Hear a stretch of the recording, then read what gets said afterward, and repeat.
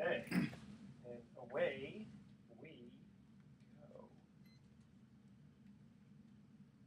Welcome. You're listening to the Best of Investing on News Talk 910. This is the show where we present valuable information about real estate, the financial markets, and other economic business of the day. And for those of you listening for the first time, here's our format. A few guys sitting around a bar having drinks without the drinks, talking business with you, the audience, listening in. I'm your host, Edward Brown, and I'm pleased to have as my co-host Mark Hanf of Pacific Private Money, California's fastest growing private lender, and Lou Botmal of LPL Financial. Our phone number is 888-912-1190. Write that number down, 888-912-1190, because you're going to use that number to answer the trivia questions for 3 vacations given away during each commercial break. That's right, we're giving away 9 vacations during this show. The vacations are sponsored by Lighthouse Resort and Marina, which is located 1 hour northeast of San Francisco. The vacations are free. Their only request, a $75 cleaning fee to cover housekeeping expenses. Their website is lighthouse4fun.com. You can reach them at 916-777-5511. Check out their new their new website. And today's trivia theme is operettas, or should I say, are operettas. We got to teach some class here on the Best of Investing and a little grammar too. Okay, our website is bestofinvesting.com. Check us out on Facebook and YouTube by typing Best of Investing Radio Show. And we're also on television, Comcast Channel 26 on Saturdays at noon. Now, today's special guest is Mike Dawson, who is a portfolio manager from MFS Mutual Funds, which, if I'm not mistaken, is the oldest mutual fund family in the U.S. Mike, welcome to the Best of Investing. Oh, Edward, thank you very much. I appreciate it. Good. And Lou, why don't you just go right in, because what portfolio does he manage? Well, I know Mike for managing municipal bonds in the state of California, although I think he controls bonds in several states for MFS. I think most investors know that if you own a state-specific municipal bond, it is tax-free both federally and on the state level. But I'm going to turn it over to Mike because Mike's the expert in this arena and we're not. And Mike, maybe you can talk to our listeners real quick about why municipal bonds are a good investment. Sure. Well, I mean, it's no secret that there's been, a ton of volatility in the markets overall in the last few years. And if investors are thinking about an asset class that can deliver real stable income, obviously on a tax-free basis with all the talk and headline news about changes in the tax codes, and then certainly a way to be as immunized from all of the volatility occurring, whether it's in Europe or in Asia, you find the municipal bond market is probably one of the most plain vanilla safe havens in spite of some of the headline news that's hit our market recently in the last few years about budget deficits and so forth. When you start looking at real risk and loss of principal and volatility in the changes in value, it is so small compared to these other markets that I think some of that headline news gets overblown. And this market really is a place for investors where they can buy and hold and have a certain amount of needs met for their income, for investing in plain vanilla, and protection from the massive amount of volatility that's been taking place in the market. Hey, Mike, with interest rates low now, but potentially creeping up, would you favor short-term munis right now, or are you still looking for long-term? Yeah, so our outlook is that rates eventually are going to go up, but for the next couple of years at least, we are going to be in a relatively low interest rate environment.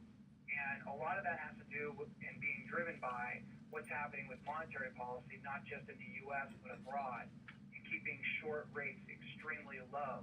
Our feeling is that for some investors that are concerned about potential changes in interest rates, where that rates may start to creep up sooner rather than later, then absolutely shorter maturity bonds can definitely mitigate some of that interest rate risk when rates do go up. However, we do feel like that point and period is a little bit further out in the next couple of years, and that you're still safer investing in bonds even out to 10 to 15-year maturities. That's the area that we found to be the sweet spot in the yield curve as of late. We're finding we're getting the most amount of income for a given amount of interest rate risk. And do you guys only buy AAA bonds, or how low quality do you guys buy? Yeah, we still favor the investment grade market. The economy is in a muddle along scenario, and from our opinion, so it's going to be positive but low through the elections into next year. With all that kind of uncertainty, we definitely feel like the mid to and low investment grade categories stay AAA, even triple B, you are getting paid for some extra credit risk in the muni market. Yeah, I was told years ago that 95% of all munis that ever defaulted were actually AAA. So I don't think having triple B bonds is a bad thing. No, in fact, a lot of investors don't understand how safe even triple B rated, the lowest investment grade rated municipal bonds can be. There are studies that you can find that are out there. Some of them done by the rating agencies, others over long periods of time, 20, 25 years plus, when they compared the default rates on municipal bonds and related that to corporate bonds, they found that triple B rated municipal bonds defaulted less historically than AAA rated corporate bonds. And that was just an amazing statistic that we've seen in the past that most average investors don't understand how safe munis are. And I'm sorry for going on like this because I have all these little questions here. Would that have included both general obligation and revenue bonds, like the whole gamut? It would absolutely include the whole gamut. Oh. Generally speaking, the revenue bond sector is about twice as large as the general obligation sector in the overall municipal bond market, whether it's California or nationally, whatever you're looking at. So we know that about a third of the bonds in the muni market overall are issued by state and local municipalities as plain vanilla general obligation bonds. It's funny. About 2/3 are revenue-backed bonds. It's funny. Even though interest rates are fairly low and the rate of return on munis is not fantastic on a current rate, I know many people hate paying taxes so much that they would rather have a super low return if it's tax free. But go ahead. Yeah, no, Mike, that's a good question. Tailoring into this thing, everyone's kind of nervous about the election and tax policy moving forward. We have a lot of debt to pay off as a government, and people feel tax rates are going up. And we've seen the asset class of munis rise in value over the last, I'd say, 6 or 9 months. Is that accurate, or and if so, where's it headed? Yeah, no, that's absolutely accurate. In fact, there's been a great run in the muni market. If you go back even further, pretty much at least until from last spring, a year ago spring, I should say, there's been an incredible run in the muni market. I think really what happened was we went through a period where we were getting awful headline news, and after I think the dust settled and people realized that widespread defaults were not occurring, that it was safe to dip their toes back into the muni market. There was tremendous value there. And the total returns on some of these bonds and the price appreciation on many of these bonds has been easily in the double digits. Equity-like returns for a pretty safe investment. So where we stand from here, we think that going forward, you're much more likely to get a return that resembles more of the coupon in terms of what you get in terms of interest paid, and you might still get a little bit of capital appreciation from bonds, maybe in that mid to low investment grade, that will have some spread tightening relative to the highest grade bonds. That will allow for a little bit, maybe 1 or 2% of capital appreciation. So, okay. Hey, future returns shouldn't be anything like what we've seen over the last year or so. Okay, we're in the studio with Mike Dawson, who is portfolio manager for MFS Mutual Funds, specifically in the muni market. When we're going to cut to a commercial break. When we come back, we're going to ask Mike what bonds he favors. So, audience, make sure you stay tuned with us. Quick little announcement here. Last week we had a special trivia question where the winner received an overnight stay at the St. Regis Hotel, including breakfast. And here was the question. Almost half of women don't want their mothers to see what? And the answer was inside their refrigerators. And the winner was Janet from San Jose. She wants to have a mother who doesn't want to show her refrigerator to. That's great. Okay, in the heart of San Francisco's Soma district, the St. Regis San Francisco welcomes guests to one of the best addresses in the world, just steps away from the city's best shopping, restaurants, and cultural attractions. Here, timeless tradition meets modern luxury, from the legendary St. Regis butler service to the hotel's world-class amenities. The hotel is part of a landmark historic building with a 40-story tower featuring 260 elegant guest rooms and suites and 100 luxury private residences, as well as the adjoining Museum of African Diaspora. The St. Regis San Francisco delivers an unmatched guest experience, bringing a new dimension of luxury, service, and gracious living to San Francisco. Check them out. Okay, here is our first commercial break, and here's our first trivia question. And again, the theme is operettas. Mark's favorite theme. Okay, here it is. The songs Music of the Night and And all I ask of you are from what Andrew Lloyd Webber's operetta? The first 3 callers with the correct answer win a free 3-day, 2-night stay at the Lighthouse Resort. Their website is lighthouseforfun.com. Call 888-912-1190. That's 888-912-1190 to answer this question. The songs Music of the Night and All I Ask of You, are from Andrew Lloyd Webber's operetta. Which one? It's just stop. Hey, not only do I have a face for radio, I have a voice for... No, I don't. Okay. 888-912-1190. Make sure to include your name, email address, and speak slowly and spell out your information for us 1 letter at a time. And we'll be right back. Excellent. So, Mike, we're going to come right back to you in about a minute or 2 minutes. Yeah. Yeah. Just a few minutes. You okay, Mike? Still there? Not a problem. All right. Very good. Sorry for taking up all your time. You're just a knowledgeable guest. And who knows the answer to the question? Yeah, right. Yeah. Must have been on a Come on, date. seriously? You guys don't know? No. Phantom of the Opera? Yes, of Phantom of the course. That's the only one I know. Certainly not, is it? Phantom of Actually, the that's Best the only Investing. one I've ever seen, too. That's how That's pathetic not an I am. opera. Really? Phantom of the Opera is not an opera. It's opera. It's Operetta. operetta, yes. That's why I said that today's That's the only opera I've ever Otherwise, seen. Phantom of it's the Opera. Brunhilde, da da da da da da. We're talking about Turandot or Carmen or Brunhilde. I can't do operas. When they have Family Guy the musical, then I'll go see Yeah. So, this place is so classic. Or Homer Don't put Simpson that on TV. Don't put that on TV. I have a tie on, for gosh sake. Yeah, I'm trying to, you know. I got shorts on. I forgot my So, sticker. Mike, we'll probably come back with You 3 can see my questions, bare okay? leg.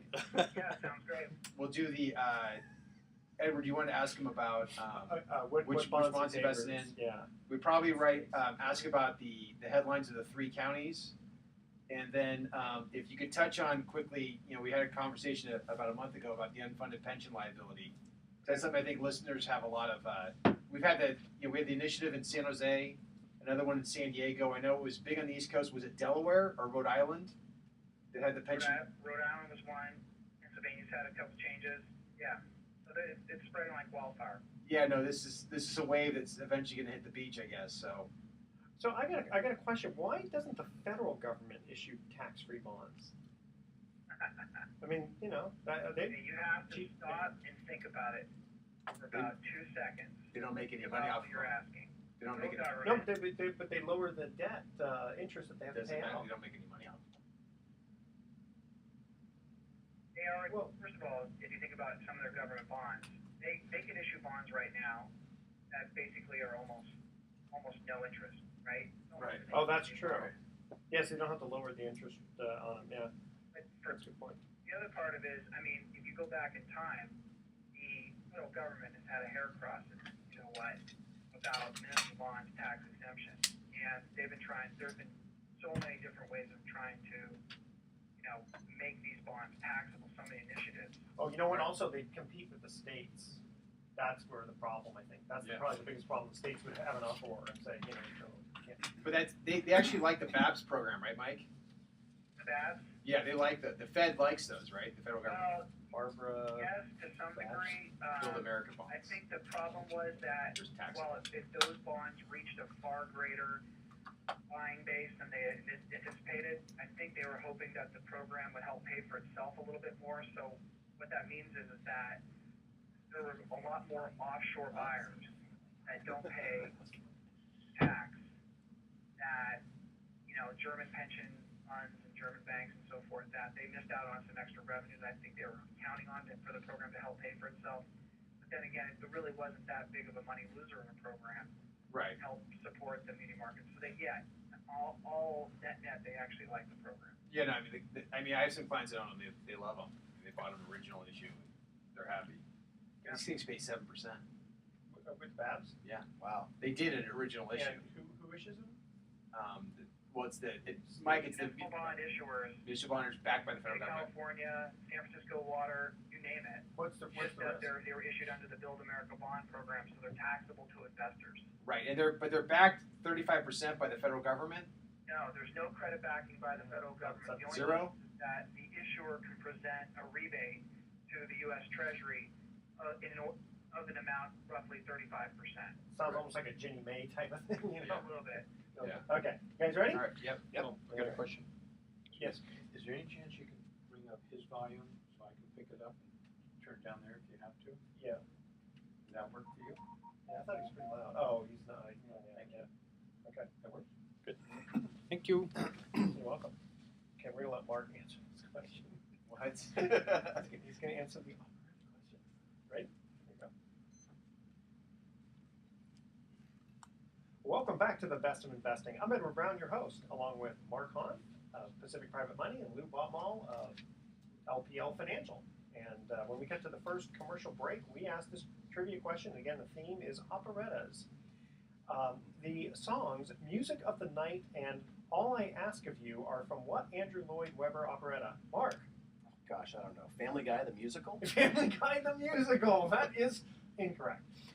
What's the only other one? Phantom of the Opera. Phantom of the Opera. That's the only one I've ever that seen. one is correct. Okay, very good. And we're also Oh in my the God. studio here with Mike Dawson from MFS Mutual Funds.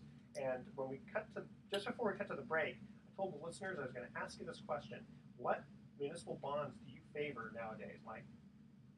Yeah, there are a couple of sectors that we've been really excited about. I mean, with a lot of the headline news about new federal healthcare regulations, the tax-exempt healthcare market has seen a lot of opportunities in bonds that had been beaten down, particularly where there were some bonds that had some greater share of Medicare and Medicaid reimbursement. We also have seen some bonds for the higher ed sector, so whether it's private universities that might have, huge endowments. Certainly they've had, a lot of plant and equipment and rising tuitions that they've had to deal with. But for the most part, a lot of these bonds, they're going to be around forever. They have great security, and some of those yields had spread out wider to some of the highest quality bonds in the recent past. So healthcare, higher ed, and then we even like some of the California school district bonds. Believe it or not, some of these areas where they get most of their revenue from property tax revenues, they have huge assessed valuation, multi-billion-dollar assessed valuations in their cities and towns. And in those particular cases, they also are part of the TEETR program in California, which if they ever did run into a problem, the county that the city is located in can offer some financial help when those assessed valuations drop. So there's a lot of protection for bondholders in there, in spite of what happens with the headline news about local school districts. Well, it's funny you bring up headlines, Mike, because if you can comment quickly, in the paper, I read the Journal and those other things which are highlighting this all the time, but clients get snippets of municipal investment news every once in a while, and 90% of the time it's negative. Locally here in the Bay Area, we are conflicted with Vallejo and Stockton, which has been the headlines about bankruptcy, and then San Bernardino, I guess, has some issues as well. Can you comment about those at all, or let us know a little bit more?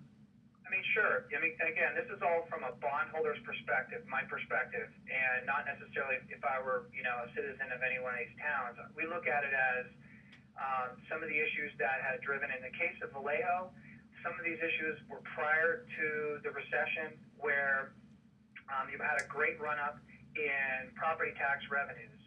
And all the while, you also have a period of giving out some relatively larger contracts for municipal employee unions, whether it's for fire or for police, or even just for the municipal employees themselves.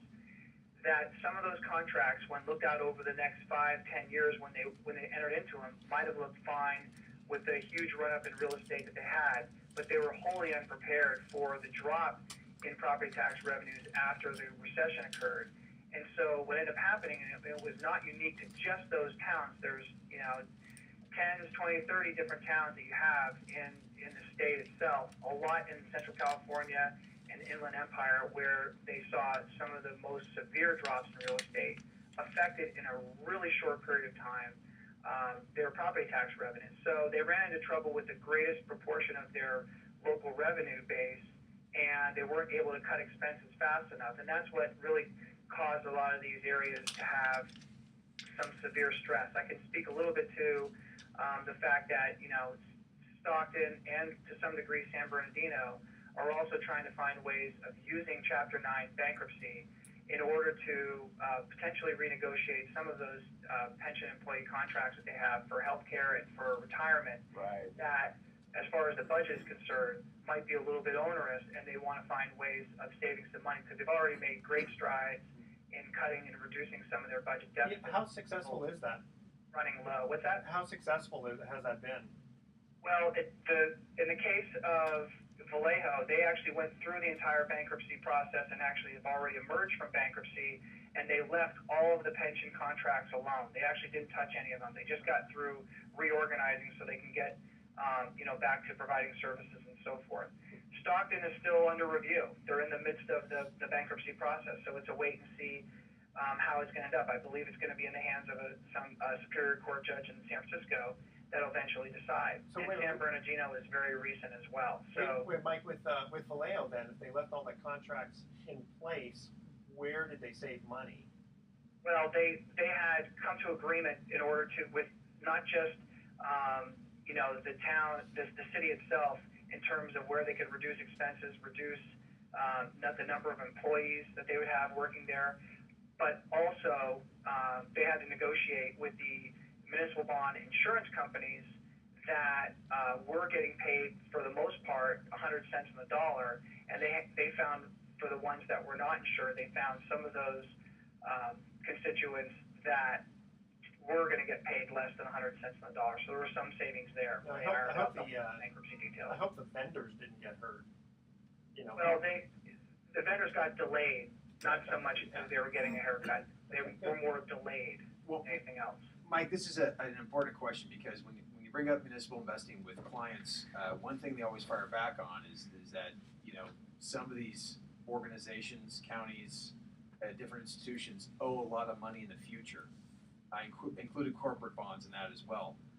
And everyone right now is talking about the unfunded pension liabilities of all these institutions, CalSTRS, CalPERS, to name a few. But I think, we've seen San Jose recently, in San Jose, pass some pension reform initiatives. And I read in the Journal and other places that's happening on the East Coast and many places. Can you explain, what's going on here from a pension reform standpoint, how that affects municipal investing, and what the future looks like? Yeah, we'll try to be brief about it. It can go on for a bit, but in California specifically, if you look at the major pension plans at the state level, they're actually in relatively good shape. I mean, in spite of the headline news, and you kind of have to ignore the absolute number of unfunded liability, but on a percentage basis, yes, it used to be closer to 100 a decade ago, but now where you have, the teachers roughly about 70-75% funded, and then the employee unions over 80% funded. That was as of 2010. Those numbers are not nearly as onerous than if you look at some other states like Illinois and some of their major unions that are between 30 and 40% funded. So when you talk about seriously underfunded, it's still at the stage where it's manageable. It's not very helpful for the overall state budget because the liability is growing, and so it's more important that it's attacked now rather than later. And it looks like some steps have been taken recently. I know there was some legislation that was sent on in Sacramento that is really geared towards impacting new hires by increasing their employee contributions or developing that hybrid defined benefit plan, defined contribution plan, right, or just increasing retirement ages. The tools to help cure some of these issues are in place, not just in California, but I think we've talked about it before, is that it's spreading across the country, where I think not just the state but also the local level, they are getting that religion that it has become a huge problem that can't be put off way into the future. And again, from a bondholder's perspective, it is manageable in California in how much they owe every year for their annual required contributions to the employees union for their retirement and for their health care. They should but just it is be going like to be a real serious and growing problem from a bondholder's perspective if something's not done about it anytime soon. Yeah, and that will probably end up being reflected in the ratings and in the bonds prices or yields. Yeah, Mike, we should just have the municipalities do what the federal government does, just print more money. Oh yeah, that's right. They're not allowed to. Okay, Mike. Thank you so much for joining us here in the studio. That was awesome. Talking with Mike Dawson, who is quite the expert as a portfolio manager for MFS Mutual Funds, specifically in the municipal bond department. We're gonna have you on again someday. Okay. Well, no, I appreciate it, and I got a shout out to my mom, Pat Dawson, a longtime California municipal bond investor up here in San Rafael, and of course I got to give a shout out to my boy Cubes Bullion. Okay. Nice. All right. Thanks again, Mike, for joining us. Okay. And we're going to cut to our second commercial break here. And before we do, we're going to another special trivia contest that's going to happen next week. And this is at the Four Seasons Hotel in San Francisco. Really? Yes. It's just going to be a one-night overnight stay. I'm a straw person. Okay. Call it. That's right, yeah. At the Four Seasons Hotel in San Francisco, you can take in lush gardens, sample vineyards, and see the latest in contemporary art, all without ever having to leave the hotel. The Four Seasons Hotel in San Francisco provides luxury accommodations where you can choose a massage, reflexology, aromatherapy, wraps, and other treatments designed to soothe and pamper. In the lounge, you can unwind at the bar in front of a toasty fireplace, sipping your favorite martini. Let's go there now. Forget about the show. Let's go there. Let's do the show from there. That's right. Yes, exactly. The ambience. Forget the beer. Let's head over there. You can call them at 415-633-3000 or check them out on the web at www.fourseasons.com/San Francisco. And one other quick little plug here I want to do for our friend Mr. Kramer. And we are going to do that right now because on Saturday, at 11:30 a.m., September 15th, the Bay Area audience, will get a chance to see what it's like at ground zero of the capital punishment debate in the shadow of San Quentin State Prison. Eye of the Storm, premiering at the historic Lark Theater, relives the night of the controversial execution of Stanley Tukey Williams. Tickets are $25 online. However, if you go there and you mention Best of Investing, you only have to pay $10 at the door. Not bad. And all proceeds benefit local nonprofit Meals of Marin. And KTVU's own Pam Cook is going to be the MC, and a question and answer session will follow. The film is meant to encourage a discussion about the media, capital punishment, and freedom of speech. Thank you, Mr. Kramer. Okay, here is our second commercial break. Second question, and again, it's operettas. This operetta takes place in France with the hero named Jean Valjean and the villain named Javert. Name this operetta. The first three, awesome music by the way. The first three callers with the correct answer win a free 3-day, 2-night stay at the Lighthouse Resort. Their website is lighthouse4fun.com. Call 888-912-1190. That's 888-912-1190 to answer this question. This operetta takes place in France with the hero named Jean Valjean and the villain named Javert. In fact, I think there's a movie coming out, if I'm not mistaken. There is, yes. Okay. Name this operetta. A movie. You know how many times this operetta has been turned into a movie? Over 60 times, by the way. Going back to like 1905 or whatever. Okay, call 888-912-1190. Make sure to include your name, email address, and remember to speak slowly and spell out your email for us one letter at a time, and we'll be right back. Les Miserables. See, I wouldn't have guessed that 100 years ago. Mark, you live in a cave. You gotta get to this. I know they're with you, Mark. It's okay. That's right. This is Simpsons, Family Guy, We can't do it really. Disclosure. They Batman. wanted something added for municipal bonds more than normal disclosure. Could you have them read that somewhere? This is the normal disclosure he normally reads. The whole. He's been reading. I know he's been reading this. Yeah. We have to go all the way down to the bottom because we're including municipal bonds today. Who's been reading that? Oh, at the beginning they do. When the show first starts. The expression, the opinions expressed here, blah blah blah, which is kind of a protection, kind of for all of us. Yeah.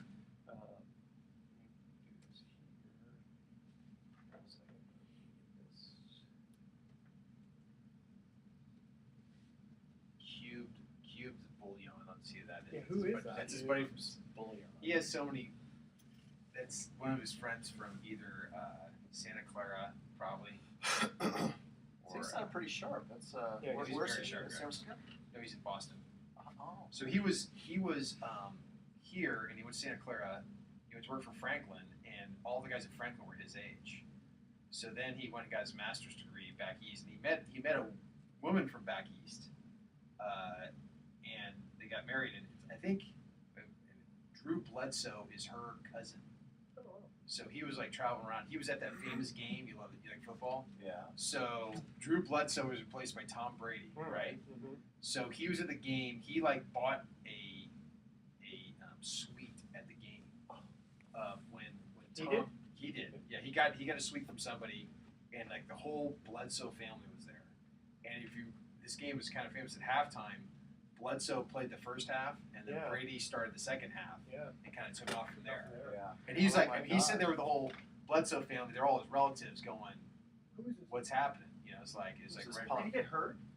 Bledsoe was hurt. Brady replaced him, then Brady came back in. It's just really sad. So he's good friends with Drew, who I think's back up in Oregon or something. But I'll have to find out who Cube's bullion is. I know Pat Dawson. That's his mom. Who's a saint. Yeah. Put up with him and his brother. That's pretty obvious. All right. Okay. Should we answer the Should we send it over to Family Guy here? Simpsons? Yeah, say Simpsons this time. That's a good one. I want to correct him this time, though. Okay, all right. Yeah. Okay. You ready? You're married, right? Yeah. Okay. Are you married or happy? You don't ask that question. No. Who needs an adjective? Yeah, exactly. You married how many years? 17. We just had 18, so Yeah. pretty close. Yeah, good. In fact, next month for me it'd be 23. Like I said, It's like a prison. It's a couple nickels. Yeah. Like I say, I don't know if I was born first or married first in so long. Yeah. Okay, there we go. Welcome back to the Best of Investing. I'm Edward Brown, your host, along with Mark Honfa of Pacific Private Money and Lou Botmal of LPL Financial. When we cut to the second commercial break, we ask this trivia question. Again, the theme is operettas. This operetta takes place in France with the hero named Jean Valjean and the villain named Javert. Mark, you're our operetta You're expert. so mean. Simpsons the musical? Simpson, beer. Can you get dressed up and take your wife out once in a while? My goodness. Where are you? I live in a cave. Oh my gosh. Les Miserables. Les Miserables. That Les is Mis- correct. All right. Okay, let's get right into email time. Date here. night. That's right. Gotta get date night. Okay. Date night's going to see Batman. Wow. Oh man, We're having a high-level discussion till this all started. I know. Yeah, we're gonna have to call his wife and try something different. Okay, Mark, we got an email here from a listener who says, "I've heard you on the radio." That's very nice. First of all, thank you. And talking about lending money to people who want to invest in real estate, but I don't want to go through all of the red tape that my bank usually puts me through. How easy is your paperwork? Oh, that's a great question, and that's a nice transition. We were talking about muni bond investments last couple segments, really great stuff, and now we're kind of transitioning over to the lending side of things. If you're a real estate investor out there, or if you're someone who owns real estate or other property, and you'd like to turn some of that equity into cash or money, we at Pacific Cash or money? Oh, Cash sorry. or money, yeah. I just caught that. I'm sorry. So we at Pacific Private Money Loans, we're a hard money lender, and we make loans to real estate investors secured by investment property, residential property 1 through 4, but it's rented property, not the property you live in. So we don't make loans to people secured by their own home, but we make loans to people who are looking to either buy fix and flip, or maybe they own rental property or want to buy rental property, or if it's commercial property like multifamily apartment, what have you. The banks used to love making those loans until everything kind of went cattywampus in 2007 and 8, and so the banks kind of pulled out for the most part from making loans other than consumer home loans. So if you own a home and you want to refi, rates are great. If you're looking to buy a home, prices are great. So the banks would love to make you a loan at a really great interest rate. But if you're collecting investment property, or if you want to buy fix and flip, or like I said, if you own commercial property and you want to refinance, it's really a difficult process right now to go through with banks. For the most part, even if they say yes, the paperwork is intrusive, and the timing. I mean, I'm hearing 60 to 90 days is fast for getting financing from a bank for non-primary residence loans. So to answer the question about what's the paperwork like to to get a hard money loan, also known as a private money loan? And the answer is it's not that much, because for the most part, we're making loans based on the property itself, and most hard money lenders like us at Pacific, we're real estate investors. We know the market. We're really good at assessing property valuations and neighborhoods, et cetera. And so we also do look at the borrower, but really not that much. So for example, when you go to a bank, you are a series of numbers. You're a FICO score, your liquidity, your assets, and all of those numbers all add up, and it's either a yay or a nay or a maybe. And if it's a maybe, they drag you out for the next several months, make you provide a whole bunch of paperwork before they tell you no. At a private money lender or hard money lender, you're not a series of numbers. In fact, you're really a story. And so when I look at the borrower, the borrower profile that I look for is, well, do you have experience investing in real estate? What kind of credit do you have? What's the nature of it? Okay, you've got a couple of foreclosures, no big deal. Your score's been beaten up maybe because of some real estate activity you did years ago. But for the most part, we want to see, do you pay your bills? Okay, are you going to make the payments on this loan? Okay, you have real estate experience? Good. Then we look at the property, and if I like the property, it's really a function of, well, here's the percentage loan I can make to you based on the value of that property or based on the purchase price. And so in today's market, it's typical that we'll make like a 70% purchase money loan. What that means is 70% of the purchase price we can lend you, you'll have to come in with 30%. And the paperwork is just, it's very, very streamlined. We have maybe 1/3 to 1/4 of the loan documents that a bank would have.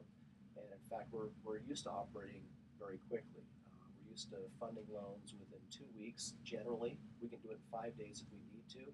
And if somebody calls me and says, well, I don't need to close for 30 days, I usually tell them, call me in 2 weeks, because I really kind of operate on a 14-day rolling schedule of what loans need to be closed and funded. It's a fast-moving train, the industry of hard money.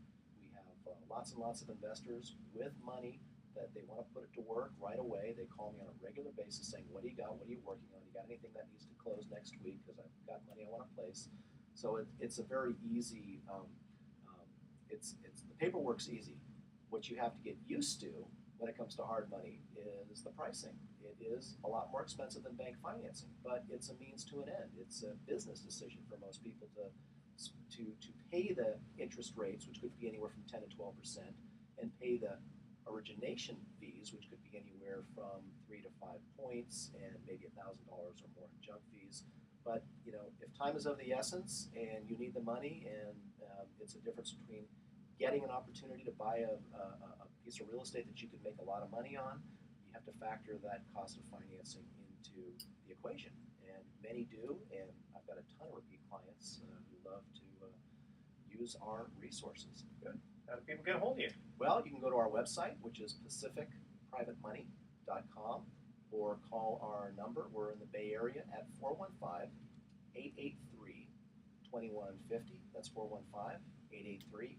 And you can always go to thebestofinvesting.com. Exactly. Absolutely. And I got to put a little plug in here for you, because I've dealt with you before and had other people deal with you, and you're very easy to work with. A lot of hard money lenders are not. And Mark's a good guy, so give him a call. We try to stand out by our friendly demeanor. That's the big thing we do in our office. Everybody's really nice to deal with. So it's not like The Simpsons then? Is that what you're saying? Not like The Simpsons, no. Beer. Okay. Lou, we got an email from a listener for you. It says, I want to know about the use of stop-loss orders on stocks and ETFs. Like how and when to get back in when the stop-loss, when you sold the stock. I'm also interested in how to select the right dividend-paying mutual funds and ETFs. Okay, that's a good question. Most professional money managers, I think, use a lot of stop-loss orders. So I want to say first, you got to be careful, know what you're doing. Stop-loss orders are in order to, basically sell a stock as it's going down. So if you have a stock trade at 70, say, I got a stop-loss and at 68. If it drops below 68, the next trade could be yours. So if a stock's in free fall, don't think, well, I got a stop-loss at 68. It's going to execute at 68. It can execute a number actually lower than that. But by and large, people use these to protect their downside. I tell people that given the volatility we've had over the last year, you have to be very, very careful because many of these stop loss orders get executed frequently. On ETFs, it's a much different ballgame. You have to watch them over a period of time before you put a stop loss in. This week we saw a lot of volatility in the S&P 500 to the upside, and the inverse can happen next week. That's kind of a common index, but people get into the obscures like metals and mining indexes, or something even more obscure like certain like biotech funds, and they don't reflect true indexes. They reflect the holdings that are inside these ETFs, and they might not execute it at a number that you think is appropriate for a stop loss order. So be careful. Look at a 50-day or a 100-day or a 200-day average. That's a good way to put in a stop loss order. You sit there and go, well, if this stock's really going to break out to the downside, this ETF's going to break out to the downside, I'm going to put something in there that says, okay, if it's falling apart, I'm going to sell it. Well, let me ask you, because you said that if you put a stop loss order in, it's possible it may not get executed at that price, it may go lower. Is that because someone else might also have had a stop loss at that same price? No, it's because the free fall nature of stock sometimes can't be controlled. So if, again, you have a stock at 70, you got a stop loss at over at 68, and that stock opens the next day at 66. Well, that's different, Yeah. but as it's going down. As it's going down, depends how much momentum it's taking it down. You have some stocks that have news, something like, they're biotech's a good example. They didn't pass their third phase FDA approval on the drug. Boom, that stock drops $10. Who knows how quickly those trades are going to get executed. So again, the trade goes off at 68, and before you know it, the stock's at $62 because everyone's selling at the same time. Is it not a computer error type thing? Is it human error? No. It's not an error, but I mean, It's the nature of the trade. That's the system. That's the nature of the trade. That's trading, unfortunately. And to back it up, so ETFs, got to be careful with how obscure they are. Stocks is a little closer. Again, 50, 100-day, 200-day moving averages are good technical indicators. Stop loss is a technical tool. So you use the technical indicators. Additionally, dividend-paying ETFs and mutual funds. There is a bucket load right now. Funds are really trying to market to people that want this type of income because it's tax favored at this point. We don't know what's going to happen in the future. So there's some new stuff out there. I would say go with the old stuff's out there. The new stuff's buying very high dividend-paying stuff, which again implies some risk. I would say this: there are some stocks in the dividend sphere that I'm nervous about. They're a little overvalued. They're up maybe 10, 15% this year, and they pay a 4% or 3% dividend on top of it. So again, tread lightly. Find some secure names you're good with. If it's in a mutual fund, if it's in an ETF, and see that these are stocks that aren't super volatile based on the price of their product. Like we talked about before, maybe they're in the oil, natural gas, some type of energy industry. Those can fluctuate a lot based on the price of their commodity. So again, I think there's some great opportunities out there. Don't shoot for the highest yield. That's my only warning. And maybe get some that's diversified that derives it from real estate, stocks, some corporate bonds, convertible bonds, 144 offerings, preferred stock. There's some that have an aggregate how they derive their yield. So talk to some professionals and see what works best for you. Okay, you are quite the wealth of knowledge. Trying. How do people get a hold of you? Best thing to do is give my office a call, which is 415-256-8970, 415-256-8970. I've had some inquiries. I just want to say this. I don't charge people to talk over the phone. I was just going to say, there's no charge for people. Yeah, that's not what I do, and people come with some great questions. We have a conversation about it. If people want to engage me over time after a conversation, that's a whole different story. But people just have questions like, I bought this, or I'm thinking about buying that. What do you think? We can definitely talk. And for the listeners out there, you can go ahead and email questions to us. Just go ahead and send them to me, and I'll forward them to the correct person, Edward at bestofinvesting.com. We are going to cut to our final commercial break here. The theme is operettas, and Mark's sweating on this one too. He's all, thank goodness we're done with this one. Batting zero. Okay. Cartoon. You might know this one. Which 2003 operetta is based upon The Wizard of Oz and is told from the perspective of the witches? He's giving me that look. Yes, that no, might have been a date night. That might have been a Okay. date night. Hey, tell you what, if you want a good date night, go take your wife to this one. I think it's still out there. The first 3 callers with the correct answer win a free 3-day, 2-night stay at the Lighthouse Resort. Their website is lighthouse4fun.com. Call 888-912-1190. That's 888-912-1190 to answer this question. Which 2003 operetta is based upon The Wizard of Oz and is told from the perspective of the witches? Make sure to include your name, your email address, and speak slowly and spell out your email for us, one letter at a time, and we'll be right back. You know, it would have been nice if I started the clock. Yeah, it's I'm all, so I'm gonna I have to save it, and then when I go back, I can actually figure it out. You know that one, right? No. No, he doesn't know that one. It's Wicked that you don't know. We just said Wicked earlier. Wicked? Mike said, yeah, Wicked. Wicked. Oh, Oh, yeah. my God. It's actually really, It's it's a good. fun one. Yeah. It is a fun. Actually, all of these are You guys good. are I was well. going to put anything in there that I didn't like. Yeah, we're gonna call your wife after this one. So Oh she works at my Pacific God. Private Money, right? Yes, she 883. does. Yeah. When's the last time you've been on a date night that you actually enjoyed? Yeah. Actually, When was it not a car Let's show or The see. Simpsons? Avengers, Avengers. Batman. What else we got to see? I want to live at his house. Yeah, exactly. Take Do me you on have a date big like screen that. for the football games? I did go see what's that one that with the kids all like with the girl with the arrows and the Oh, that's a book, right? bow and arrow one. Yeah, it's a Yeah. new series. There Yeah. was of course the I want to say new Twilight series. I went and saw the Twilight movies. I went and saw Yeah, Harry the Potter Hunger Games movies. with the Hunger Games. Hunger Games. I went and saw that too. Oh, So yeah, we like the mainstream movies.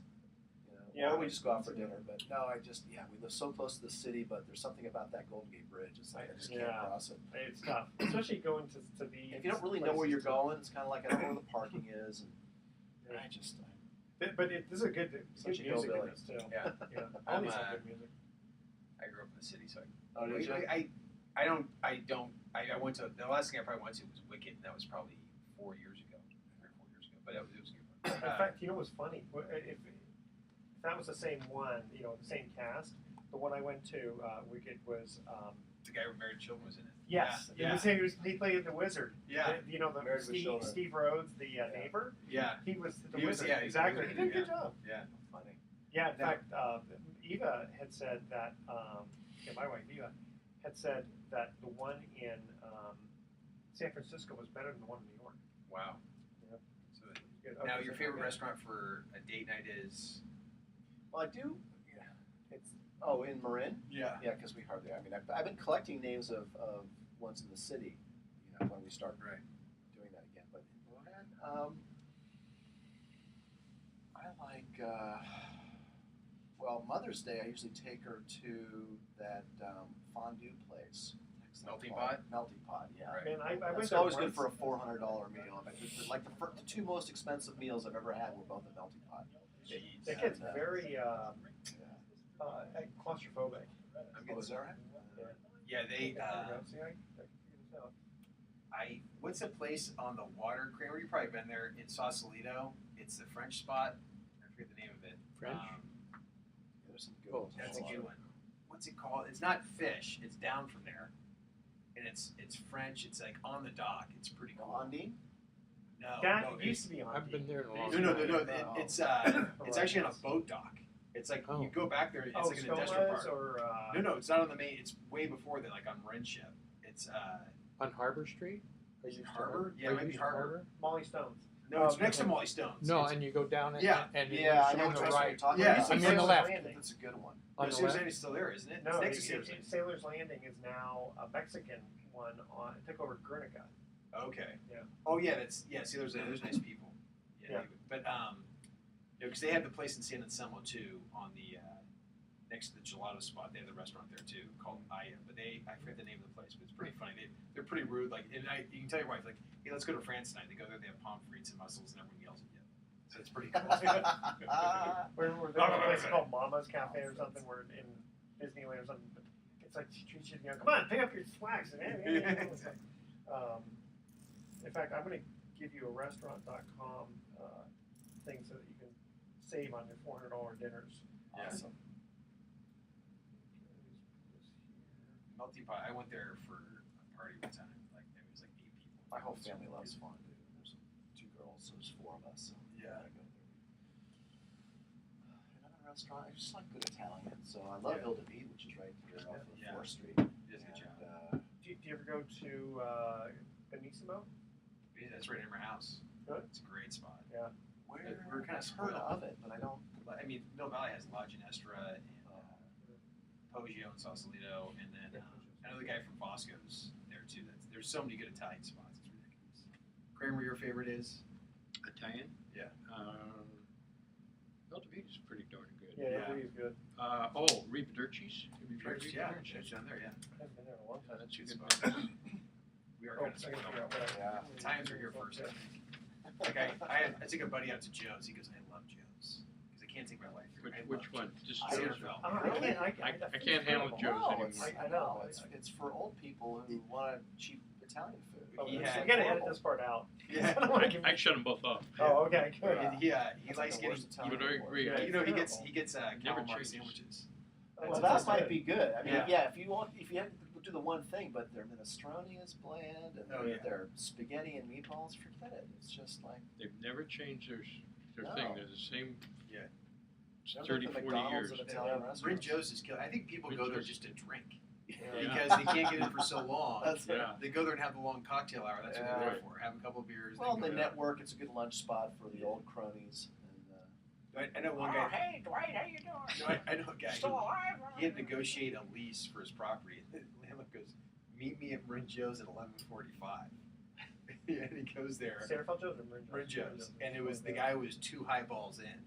He got there beforehand, had 2 scotch and waters. He goes, okay, let's go have lunch. And they're in time to sit down. The guy goes, and the guy's 92 because he's bombed. Woo. Yeah. Okay, you so- were talking about Sanderfeld Joe's is what I actually meant. Yeah, Rin Joe's, I Rin like. Joe's is better. Rin Joe's, they got good steak. They got great. Great. Yeah, they have porterhouses there for $22. Oh my gosh, and their Right. Some their some spinach. ridiculous small. Yeah, When the they make the spinach, special spinach. Yeah, the Caesar salad. Special spinach. There's some Caesar like salad. steak there that my sister always gets it. Yeah. Because it's the cheapest steak I've ever found. See, porterhouse is the thing way to go because then you Yeah. can split it into filet mignon and T-bone. Right. It's some big. My brother-in-law gets it. I don't. $22, that's good. That's really good. 22 or maybe I've a been small. there in so long, but the thing is, the atmosphere is still kind of. Yeah. Oh yeah, and the waiters But it's are been different. there for 30 years. They're They expect union. you to know what you want. Skomas and Rin Joe's are a union shop. Oh my God, really? That Yeah, food I is- couldn't believe when he told me And the that. food's that cheap. Yeah. Because usually union stuff. Okay, this is gonna be a short segment, guys. It's All right. 5 minutes and 30. What do you want to talk about? One quick thing about the expo. Oh How'd yeah. it go? No, we're doing that We're going there tonight and tonight and tomorrow. I don't know if you want this, maybe we'll use it on a different show. We talked about LIBOR a while ago. And LIBOR is now. Ooh, wow. Yeah. That's good. Yeah, I don't have anything Yeah. new. Look, oh, Pardon me. that's Yeah. good. So that's good. Okay. How much more is there than before? See where it says bonds? Right here. That the bonds, yeah, that's more. I'm just trying to think of how long that'll take. Yeah. Sorry about that. But because we had Mike on. No, I know. And I know it's not you. It's just Yeah.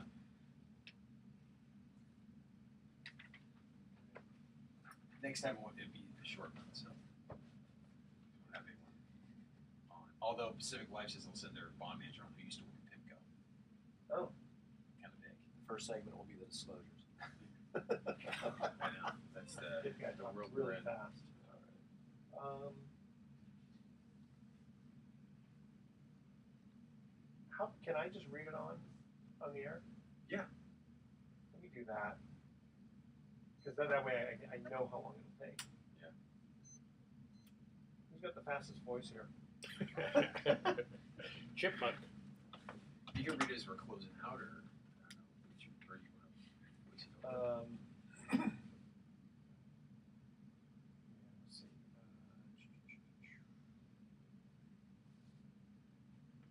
Let's do it when I come in. Get the ring. Okay. Sorry. No, I don't apologize. Surprised the Department of Real Estate hasn't, come Yeah. up with these. Well, It's like the Mr. whole Real show Estate's just right. disclosures, Topic, but we got disclosures to go. Yeah, exactly. Okay, so when I ask you the question of this one here, it'll be what, Family Guy 2? Yeah. Musical 2?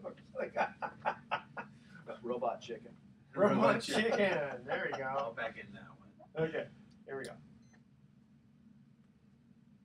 Welcome back to the Best of Investing. I'm Edward Brown, your host, along with Mark Hunt of Pacific Private Money and Lou Baumol of LPL Financial. When we cut to the third commercial break, we asked this trivia question. Which 2003 operetta is based on The Wizard of Oz and is told from the perspective of the witches? Mark. It's got to be Robot Chicken. Robot Chicken. Is that the answer, Will? It's wicked ugly that he hasn't taken his wife out in a while. Yeah, we're going to call her right after the show here. Okay, we have to read a very quick disclosure here because we had a person who talked about bonds. So bonds are subject to market and interest rate risk if sold prior to maturity. Bond values will decline as interest rates rise and bonds are subject to availability and change in price. Municipal bonds are subject to availability and change in price. They are subject to market and interest rate risk if sold prior to maturity. Bond values will decline as interest rates rise. Oh, I just read that. Interest income may be subject to alternative minimum tax. Municipal bonds are federally tax-free, but other state and local taxes may apply. High-yield junk bonds, grade BB or below, are not investment-grade securities and are subject to higher interest rate, credit, and liquidity risks than those of grade BBB and above. They generally should be part of a diversified portfolio for sophisticated investors. We should do a whole show on disclosure. Yeah, that would be fun. I like high-yield bonds, by the way. High-yield muni bonds, so I don't know. Yeah, no, that's they seem like they're pretty good. What are they yielding right now? About 5.5 to 6%. That's not bad at tax all. free. Tax free. So Okay. that's Is that before tax or including the tax? That's includes the Benefits? tax. Okay, got it. Yeah. Okay. And one quick other little fun thing here. Mark and I are going to the Expo Silicon Valley Real Estate Expo. Symposium. Yes. That's tomorrow. When everyone's supposed to be listening. Well, I carry your radio with you when you're visiting us there. Go to www.exposiliconvalley.com. Mark and I will be there. You can meet us and ask us questions. Mark will actually have a booth for Pacific Private Money. Yep. And Lou, you have something very interesting about the LIBOR. Right. So I think about a month and a half ago, we talked about the LIBOR scandal. That was that they were fixing LIBOR. Again, LIBOR is derived from a survey of banks conducted each day on behalf of the British Bankers Association in London. And everyone always says LIBOR is always the quickest to move because basically it's an agreed upon rate that can move at all times. And what they're saying is during that period in 2008, they're basically all agreeing, like, let's keep the rates really, really low. That gets me nervous when all agreeing. Yeah, That's like exactly. a free market. They're basically fixing their own interest rates at that time. So Bloomberg did a survey that would affect somewhere in the neighborhood of $500 trillion worldwide in securities. And they said, what are the odds that LIBOR is going away? And they think that probably about 50%, 60% said within 5 years we'll see something other than LIBOR in place. Wow. This would really affect, companies like Barclays, which is a common name you hear around there. That's they're the second largest bank by assets, and they agreed to pay $460 million for their role in fixing the rate back then. So this is some big stuff, and this affects every real estate investor out there tied to LIBOR and all those things. So, the truth of it is, LIBOR is going to change, and it's probably going to be something a little bit more like the Fed, where maybe it's going to move on a monthly basis, maybe a bi-monthly basis, who knows, but destined for some type of implementation of regulation. The bad word out there. So Yeah, regulation. regulations come to LIBOR. Love that word. Yeah. Mark, we have one quick minute for you to say anything that's going on in real estate that we need to know. Well, if you're driving around and you got nothing better to do this afternoon, it's Saturday, almost 2 o'clock. Come visit us at the Real Estate Expo Silicon Valley. You can probably Google it on your iPhone or your PDA. Yeah, it's at the convention center. The convention center, and anyway, there's going to be a lot of good speakers there, and we're talking real estate. And what's new in real estate? It's just a crazy market. There's not a lot of inventory out there. If you're looking to buy rental property or fix and flip, the prices have boosted up. Maybe temporarily. We don't really know if it's just a mini bubble we're in, and that there'll be more inventory released later on, maybe in the fourth quarter, but. Who knows? Stay tuned for more information. Keep listening to the best of investing, and we'll bring you the latest in real estate news. Good, and hopefully we'll see some of our listeners here. We have a lot of people in San Jose who love to listen to the best of investing. Absolutely. So here's our quick thoughts for the day. Be careful of any restaurants that have a sign that says, "Sorry, we're open." That's a tough one. And is there a limit on fortune cookie predictions? Eventually those lucky numbers, the lottery numbers they put in the fortune cookies will eventually be right. I just don't know when. Yes. Okay. Yes. Went out 14 million times. That's right. Whenever I open my fortune cookie, I keep going, "Where's my lucky numbers?" Those are from last week. Yeah, exactly. They're always late. Okay, tune in next week to the Best of Investing. We're going to be giving away 9 more free vacations for answering trivia questions. Thanks for listening. On behalf of our team, I'm Edward Brown, wishing you the best of investing. So long.